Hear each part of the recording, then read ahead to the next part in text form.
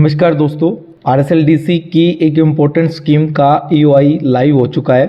आप इस ईओआई को अप्लाई कर सकते हैं जिसकी अंतिम तिथि 22 तारीख होगी। 22 दिसंबर तक आप इसको ऑनलाइन पोर्टल के साथ अप्लाई कर पाएंगे। सबसे पहले अगर मैं बात करूं, जैसा कि आपकी स्क्रीन पर दिखाई दे रहा है, इस स्कीम का पूरा नाम जो है मुख्यमंत्री युवा कौशल योजना है, जो कि आरएसएलडीसी में 22-23 के लिए आरएफपी निकला है।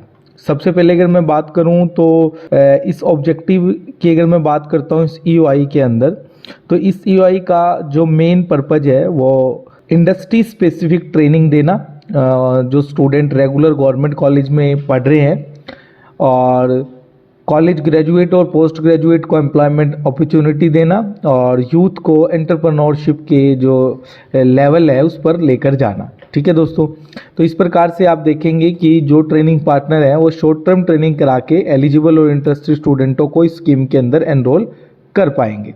सबसे पहले अगर मैं बात करूं एलिजिबिलिटी क्राइटेरिया की, तो एलिजिबिलिटी क्राइटेरिया के लिए वही आपका नेक्चर 1 जो आरएसएलडीसी के प्रपोजल में होता है, उसमें आपको अपना सर्टिफिकेट ऑफ इनकॉर्पोरेशन, जीएसटी और पैन कार्ड की कॉपी सबमिट करनी होगी।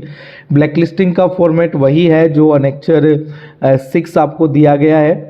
टर्नओवर की एलिजिबिलिटी को आप थोड़ा सा स्टडी कर सकते हैं ध्यान से, कि मैं अगर बात करूं तो जो एजेंसियां स्किलिंग में काम कर रही है वो एजेंसियां का टर्नओवर, एवरेज टर्नओवर लास्ट 3 साल का वो 50 लाख या उससे ऊपर होना चाहिए। और जो एजेंसियां स्किल इंडस्ट्री में अभी तक आई नहीं है लेकिन काम करना चाहती हैं और स्किलिंग में उनका कोई एक्सपीरियंस नहीं है, कोई टर्नओवर नहीं है, लेकिन ओवरऑल टर्नओवर 2 करोड़ से ज़्यादा है, तो वो भी इस स्कीम के अंदर अप्लाई कर पाएंगे। उसके अलावा अगर मैं बात करूं तो एक बिडर अगर कोई इसमें अप्लाई करना चाहता है, जो ट्रेनिंग सेंटर, उसके पास कम से कम 3 सेंटर जो है किसी भी स्कीम में किसी भी स्टेट के अंदर होने जरूरी है, मिनिमम 3। लेकिन जब आप एलिजिबिलिटी क्राइटेरिया को देखेंगे तो वहाँ पर मार्किंग दी गई है कितने सेंटर्स के लिए कितने नंबर है। मिनिमम 1000 नंबर उसको ट्रेन किया होना चाहिए लास्ट 3 ईयर में, किसी भी स्कीम में किसी भी स्टेट में। उसके लिए उसको वर्क ऑर्डर वगैरह उसके सबमिट करने पड़ेंगे। उसके अलावा जो है बिडर 3 साल में ब्लैकलिस्ट नहीं होना चाहिए, और एक मिनिमम जो है इंफ्रास्ट्रक्चर उसके पास अवेलेबल है, जैसे कि क्लासरूम का 500 स्क्वायर फीट का size, laptop, smart interact board, IP और इंटरनेट कनेक्टिविटी, और online platform with licence version of conducted of classes. ये एक सेल्फ सर्टिफिकेशन आपको देना पड़ेगा नेक्चर में कि ये सारी चीज़ें हमारे पास अवेलेबल है। ठीक है दोस्तों, अब आ जाइए फीस के बारे में। फीस वही 25,000 रुपीज़ नॉन रिफंडेबल फीस होगी, जो कि ऑनलाइन सबमिट होगी। उसके लिए आपको कोई डीडी या ड्राफ्ट नहीं बनवाना है। अर्नेस्ट मनी वही 1 लाख रुपए का होगा, और इस 1 लाख रुपए को आपको जमा करना होगा, ये भी ऑनलाइन आपका जमा होगा। अगर आपका प्रपोजल रिजेक्ट होता है या एक्सेप्ट होता है, दोनों ही केस में ईएमडी आपकी रिफंड कर दी जाएगी। फिर अगर सेंटर्स बनाने की बात आएगी तो पर सेंटर आपको परफॉर्मेंस सिक्योरिटी डिपॉजिट के रूप में 50,000 रुपीज़ आपको देना पड़ेगा।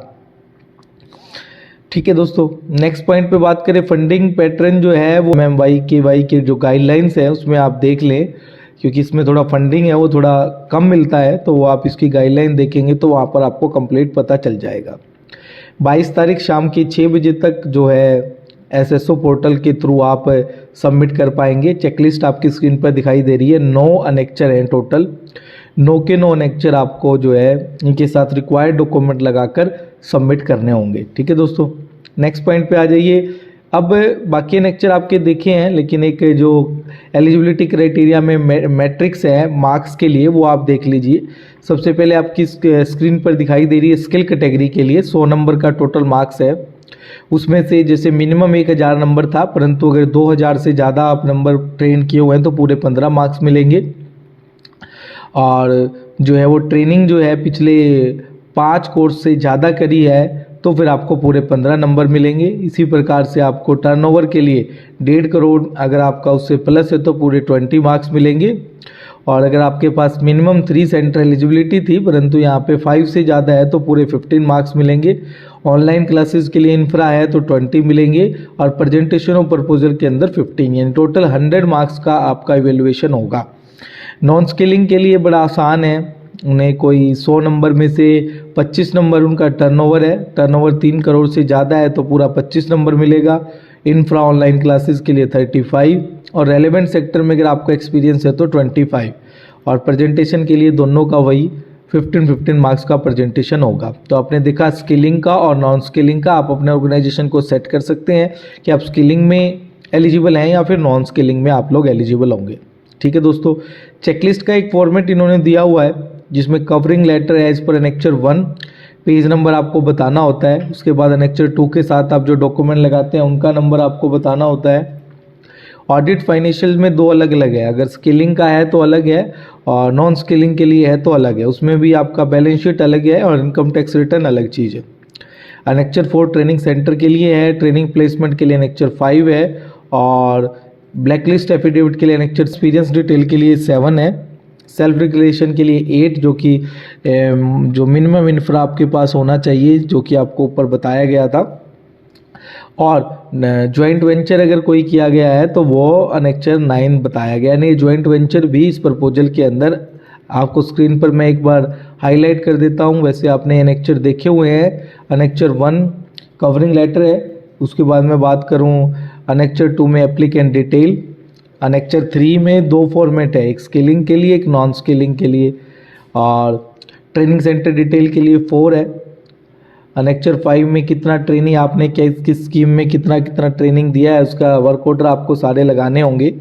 ब्लैक लिस्ट 100 रुपये के स्टाम्प पेपर पर आपकी स्क्रीन पर दिखाई दे रहा है। ये लेक्चर आपको 100 रुपये के स्टाम्प पेपर पर देना होगा। एक्सपीरियंस डिटेल में आप बताएंगे कि पूरा आपका अब तक क्या एक्सपीरियंस रहा है इस प्रोजेक्ट से रिलेटेड और सेल्फ डिक्लेरेशन और टर्म एंड जॉइंट वेंचर है तो 9 रहेगा। किन जॉब रोल्स में आप अप्लाई कर सकते हो और उनके कितने आवर्स हैं आपकी स्क्रीन पर दिखाई दे रहा है। टोटल 15 जॉब रोल होंगे जिसमें automotive, business, BFSI, ITS, management, retail, telecom, tourism और मीडिया 15 जो है टोटल सेक्टर 15 जो टोटल जॉब रोल हैं उनके आवर्स सामने दिए गए हैं तो उनमें आप अप्लाई कर पाएंगे। ठीक है दोस्तों, तो ये था एक टेंडर जो RSLDC ने निकाला है जिसकी अंतिम तिथि 22 तारीख है। पूरा टेंडर ऑनलाइन सबमिट होगा।